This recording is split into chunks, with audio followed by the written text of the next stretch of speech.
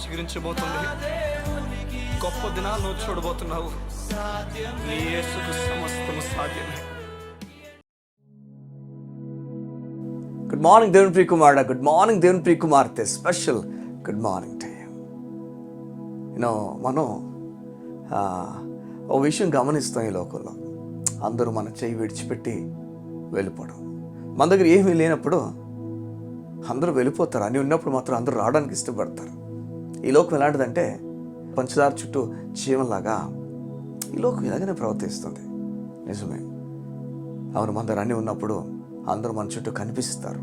మన దగ్గర ఏమీ లేనప్పుడు మన ఇంటి ముందు నుంచి కూడా వెళ్ళడానికి ఇష్టపడరు. ఎక్కడ మనం చూసి మనం సహాయం అడుగుతామని చెప్పి వారు ఇబ్బంది పడిపోతారు. సంగమా, అందరూ విడిచిపెట్టిన వారు చాలామంది ఈ లోకంలో ఉన్నారు. ఏది అన్నా నీ జీవితంలో అలాంటి పని అయితే, నీ జీవితంలో అలాంటి ఒక విషయం జరిగితే, నీ కుటుంబస్తులు నేను విడిచిపెట్టి, సొంత బంధువులు విడిచిపెట్టి, ఆఖరికి సంఘము కూడా విడిచిపెట్టి అనాదిగా నేను చేసేసిందేమో. ఈ ఉదయం దేవుడు నేను పిలిచిచ్చున్నాడు. నీ కొరకు గొప్ప నెమ్మది నేను దాచి ఉంచాను. నీవు మార్పు కలిగిన జీవితం చూడబోతున్నావు. నిరాశ నుంచి సమృద్ధిలోకి, సంతోషంలోకి దేవుడు నేను తీసుకెళ్ళబోతున్నాడు. సంగమా, చూడండి, అందరూ విడిచిపెట్టడం ఒకటైతే బైబిల్ గ్రంథంలో ఒక వ్యక్తి ఉన్నాడు. ఈయన అందరిని విడిచిపెట్టేశాడు. చూడు, అందరిని విడిచిపెడుతున్నప్పుడు ఎవరైనా తోడుంటే బాగుందని ఆలోచిస్తాం కదా మనం. ఎవరైనా మనతో నిలబడితే బాగుంని అనిపిస్తుంది. నిలబడితే అర్థం కాస్త మనకు సహాయం దొరుకుతుందేమో. కానీ ఆశ్చర్యం, ఈ వ్యక్తి మాత్రం అందరిని విడిచిపెట్టాడు. ఎవరి సహాయాన్ని కూడా కోరలేదు. అందరిని పక్కకు తోసేశాడు. ఈయన పేరు బైబిల్లో అబ్రహాము. అవును, 75 సంవత్సరాలకు బయటకు వచ్చాడు.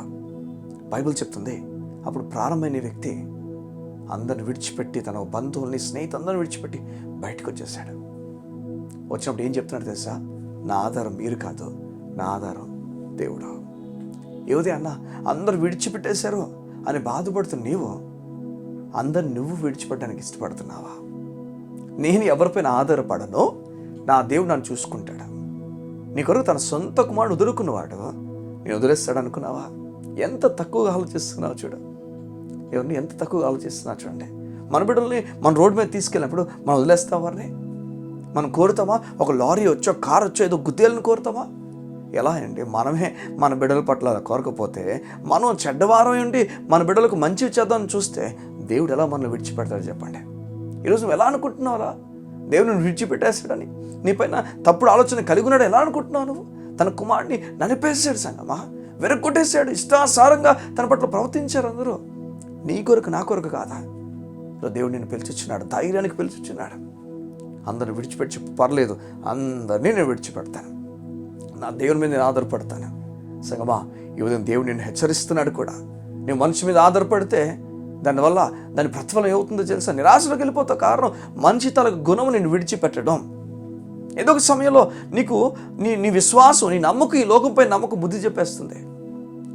ఏదో ఒక సమయంలో నీకు చెప్తుంది, నువ్వు అనవసరంగా నమ్మేసావు నన్ను, ఈ లోకం నిరూపిస్తుంది.